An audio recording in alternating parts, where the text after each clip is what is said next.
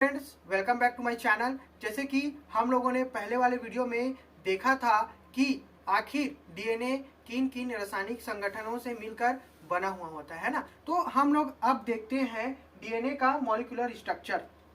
ठीक है, Watson and Crick model. तो यहाँ पे हम लोग देखते हैं कि आखिरकार डीएनए है क्या, है ना। आखिरकार डीएनए है क्या, ठीक है। तो मॉलिक्यूलर स्ट्रक्चर ऑफ डीएनए और वाटसन एंड क्रिक मॉडल। जैसे कि वाटसन एवं क्रिक दो साइंटिस्ट हैं जिन्होंने डीएनए मॉडल को प्रस्तुत किया था। आप देख सकते हैं यहाँ पर कि डीएनए की आणविक संरचना को स्पष्ट करने के लिए वाटसन एवं क्रिक, है ना, दो ने एक मॉडल प्रस्तुत किया था जिसे डीएनए मॉडल कहते हैं। और हमारा सेकंड पॉइंट आता है यहाँ पे, इस कार्य के लिए वाटसन एवं क्रिक को सन 1962 में नोबेल पुरस्कार से सम्मानित किया गया था। ठीक है दोस्तों, नेक्स्ट हमारा टॉपिक है डीएनए मॉडल की प्रमुख विशेषताएं निम्न प्रकार से है कि आखिर डीएनए मॉडल उन्होंने वाटसन एवं क्रिक ने प्रस्तुत आखिर उन्होंने मॉडल किस प्रकार से किया था। तो पहला है हमारा डीएनए के प्रत्येक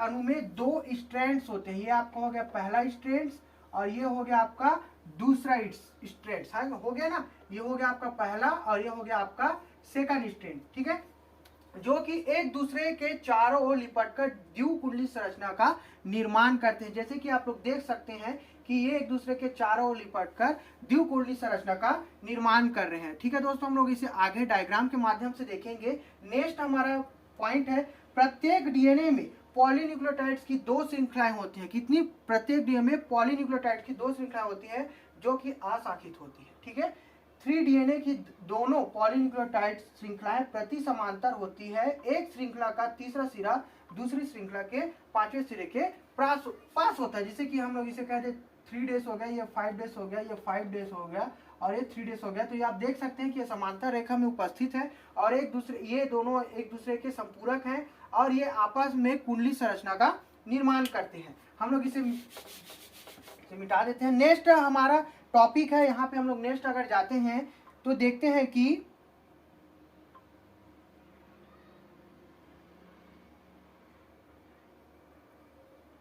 हम लोग यहाँ पे देख रहे हैं, आप लोगों को दिख रहा होगा नाइट्रोजन बेस, है ना।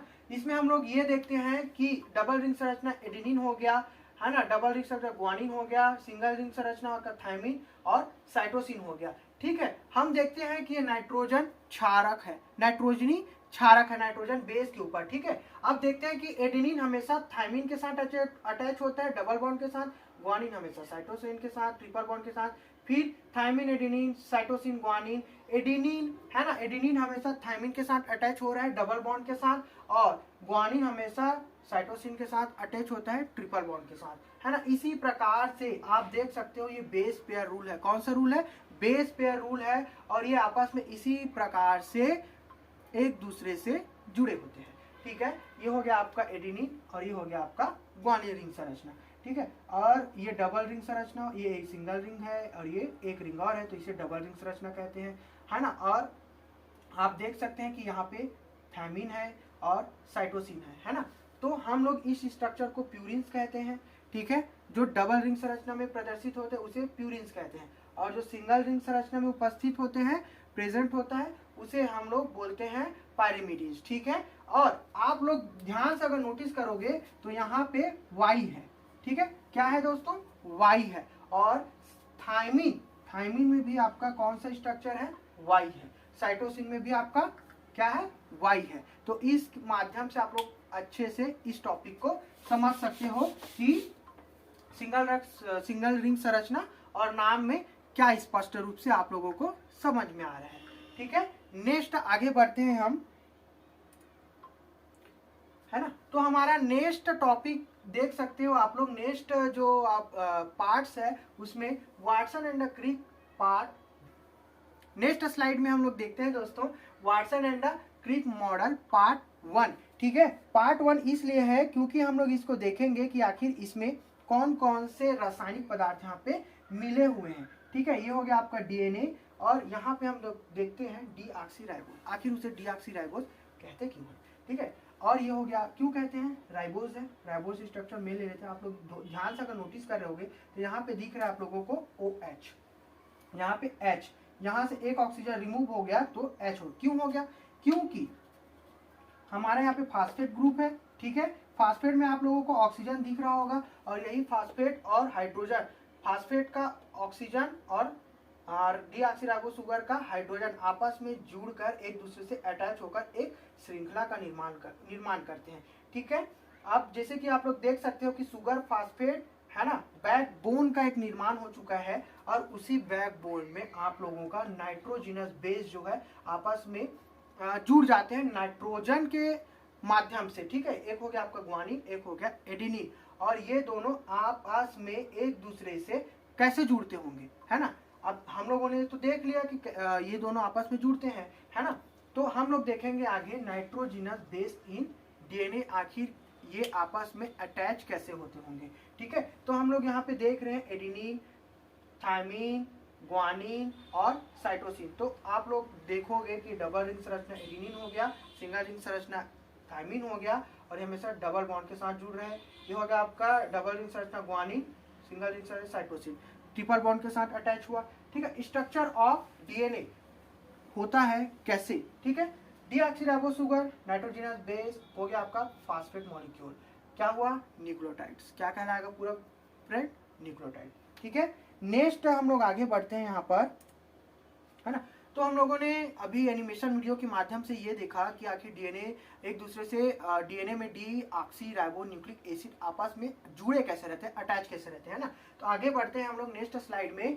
न्यूक्लियोटाइड सीढ़ी नुमा डंडों के रूप में दोनों श्रृंखला के मध्य व्यवस्थित होते हैं। जैसे कि आप लोगों ने देखा कि ये एक दूसरे से, है ना, यहाँ पर सीढ़ी नुमा संरचना न्यूक्लियोटाइड्स, ठीक है, सीढ़ी नुमा संरचना, जैसे कि आप लोग यहाँ पे देख सकते हो, ये न्यूक्लियोटाइड्स आपस में दो डंडों के दोनों श्रृंखलाओं के मध्य व्यवस्थित रहते हैं, है ना। आगे बढ़ते हैं। न्यूक्लियोटाइड आपस में, है ना, न्यूक्लियोटाइड आपस में फास्फोडाइएस्टर बंध, कौन सा? फास्फोडाइएस्टर बॉन्ड के द्वारा पॉलीन्यूक्लियोटाइड चेन का निर्माण करते हैं। किसका फ्रेंड? पॉलीन्यूक्लियोटाइड, है ना, पॉलीन्यूक्लियोटाइड चेन का निर्माण करते हैं, ठीक है।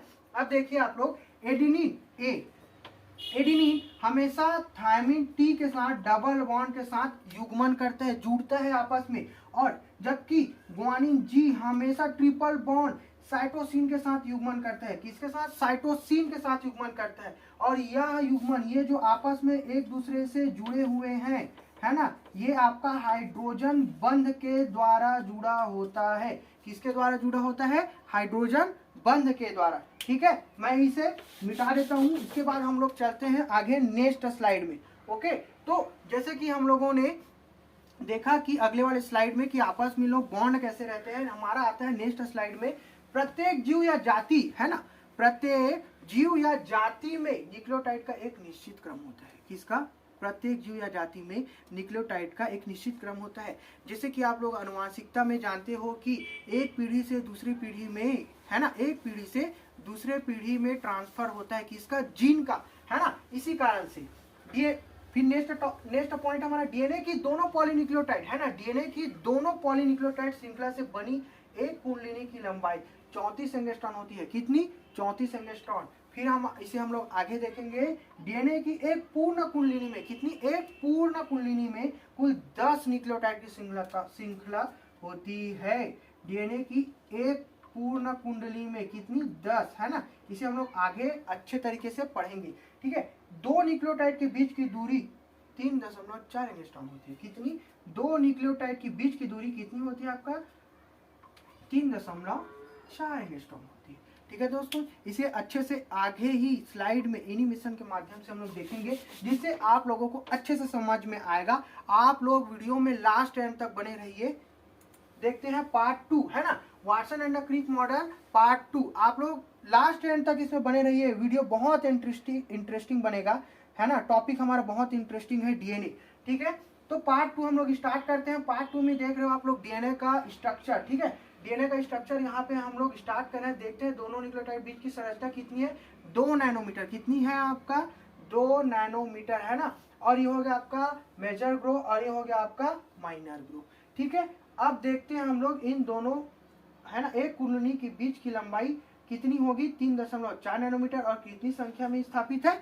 10, ठीक है, कितनी श्रृंखला में यहाँ पे उपस्थित है 10, और दोनों बीच की दूरी कितनी है आप लोगों की 3.4 बटे, ये हो गया आपका 0.3.4 नैनोमीटर, और इसे अगर डिवाइड बटे कर दे है ना तो 3.4 बटे 10 हो जाएगा। ठीक है, तो ये हम लोगों ने देख लिया कि आखिर इनकी लंबाई और चौड़ाई है ना एक दूसरे, ये हम लोग आगे पढ़ेंगे इसी स्लाइड में कि एक दूसरे के संपूरक होकर पूर्ण रूप से डीएनए का निर्माण करते हैं और एक संरचना का निर्माण करते हैं। ठीक है, डीऑक्सीराइबोस शुगर हो गया, आपका फास्फेट हो गया, और ये हो गया आपका नाइट्रोजनस बेस हो गया, है ना। अब आगे देखते हैं हम लोग, ये हो गया आपका डायग्राम के माध्यम से, है ना, दोनों पूरा डीएनए है ना, डीएनए की प्रत्येक कुंडली का व्यास है ना, पूरा डीएनए का प्रत्येक कुंडलिनी का व्यास 20 एंगस्ट्रॉम होता है। जैसे कि आप लोगों को डायग्राम में दिख रहा होगा, है ना, डीएनए की प्रत्येक कुंडलिनी का व्यास कितना है यहाँ पे 20 एंगस्ट्रॉम होता है। ठीक है,